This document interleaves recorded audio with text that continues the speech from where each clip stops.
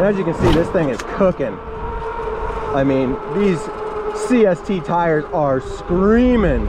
All right, guys, it's been a few weeks since I unboxed this Jansno X50. Now, this is a moped style e-bike, and this is something that I've never tried before, but I've seen them and I love the styling of a moped style e-bike. It just throws me back to my childhood with those long banana seat bikes. It makes you want to get out and just have fun on it.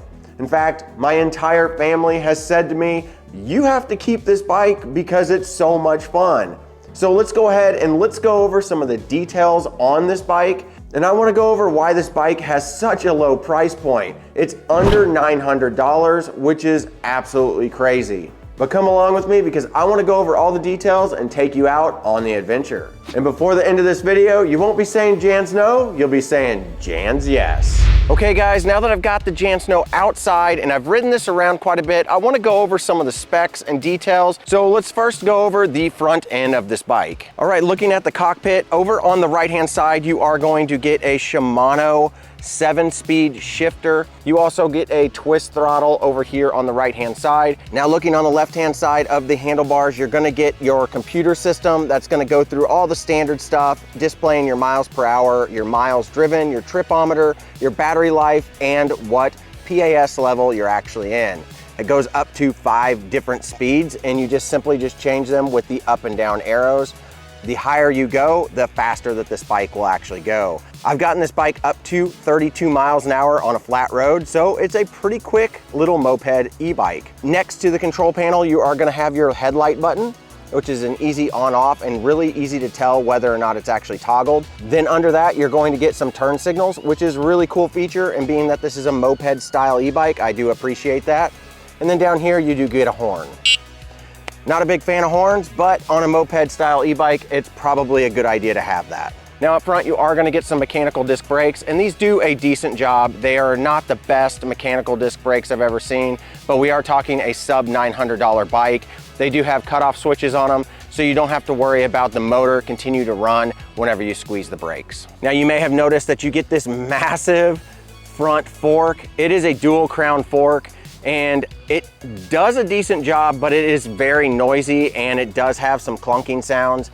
If I were to upgrade anything on this bike right away, it would be to an air fork, whether it's a dual crown or not. Now you will notice that you get this massive headlight up front and these turn signals. Now one thing that I really do appreciate is the turn signals, you can actually see them light up from your seated position, so you'll know if you left your turn signal on or not. Now looking down at these 20-inch wheels, you will see that you're gonna get 160 millimeter rotors, and you're gonna get that front and back.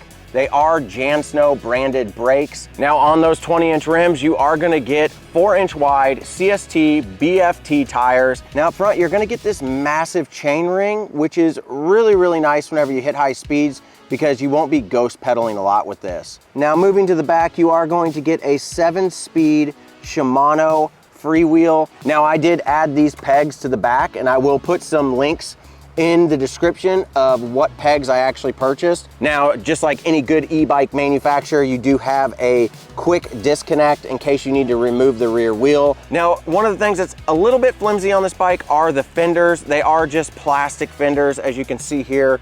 They do flop around a little bit, but they do get the job done. I don't suspect that they'll last a really long time if you do a lot of off-roading, but if you keep this on the road, they'll probably last just fine. Moving to the back, they do have a license plate holder and then also a tail light that has integrated blinkers built inside. Now, one thing you'll notice with the Jansno is you get this super soft, cushiony seat, and I think that's one of the best features on this bike. It is super comfortable, zero complaints with the seat, other than these little bolts right here are really hard to attach whenever you first do it. So it's really, really tight in there. So getting that nut on that actual bolt is really kind of challenging, but take a little bit of time and you'll get it done. Now looking down here, you do get an air shock. Now this air shock, you can't add any air to it. It's basically a sealed system.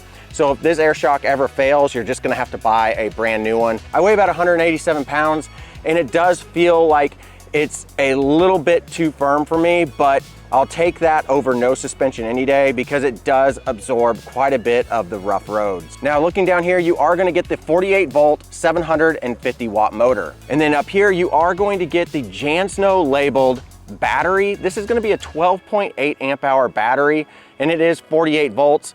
I do wish this was a 20 amp hour battery, but to keep this bike down into the sub $900 price point, a 12.8 battery is good enough for me. All right, now that you guys know a little bit more about the Jansno and what to expect whenever you get one of these for yourself, let's go ahead and let's take it out on my backyard trail. And then also I want to take it out on the road and hit up one of the biggest hills in the area.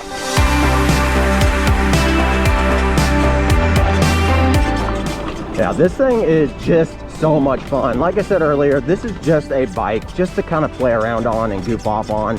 Maybe get you to the store, maybe over to a friend's house or something like that. It's not a serious bike. You're not gonna buy this bike for exercise. You're gonna buy this bike to have some fun on.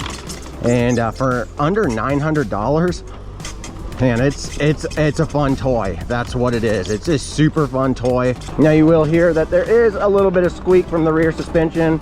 We have been running this thing pretty hard, and probably harder than what it should be, hitting some small jumps and probably overloading the weight. But man, this thing just keeps going. It's so much fun. Whew. All right, now that you guys have seen this going through the trail system, let's go ahead and let's take this out on the road and see exactly how well it can do some hill climbs. All right, let's take this up the road and show you guys exactly what the speed's like on this. Now I do have this thing actually modified to where it will go over the 15 miles an hour, and that's simply by the little wire that's under the seat that you can unplug. I believe it's white and black, and you just unplug it and it basically unlocks this bike. And as you can see, this thing is cooking. I mean, these CST tires are screaming. Let's see if we can get this thing up to 30 miles an hour. It's 25, 26. Well, let's go, Jansno. I say Jans, yes. 27 and a half. I may have to start pedaling to get it up there. I am on a pretty low battery, so it doesn't surprise me if it's having a little bit of trouble. I don't think it's gonna get there, but I have seen it get up to 32 miles an hour with a fresh battery. All right, since we have a really low battery, I'm gonna go ahead and take it back, charge it up, and then we're gonna go do the hill challenge. All right, so now that we're at the bottom of this 19% grade hill, we're gonna see exactly how far we can get on throttle only before I have to start pedaling. I'm gonna put this in a relatively easy gear. This does have a 7-speed Shimano setup, so that's nice. You're not stuck with a single speed. So if you need to pedal, you can. We're gonna see, get it going here. I'm gonna try to get it up to the speed that I can by pedaling just a little bit, see if we can get to 20. All right, we're at 20. I'm just gonna go throttle only. Now the throttle doesn't cut off at 20 like a normal class 3 e-bike, but we're on the 12% grade and it is already kind of struggling a little bit. I'm gonna go ahead and shift down just a little bit, get it into gear. We're down to 12 miles an hour. This is about 12 to 15% right here grade. So it is definitely struggling.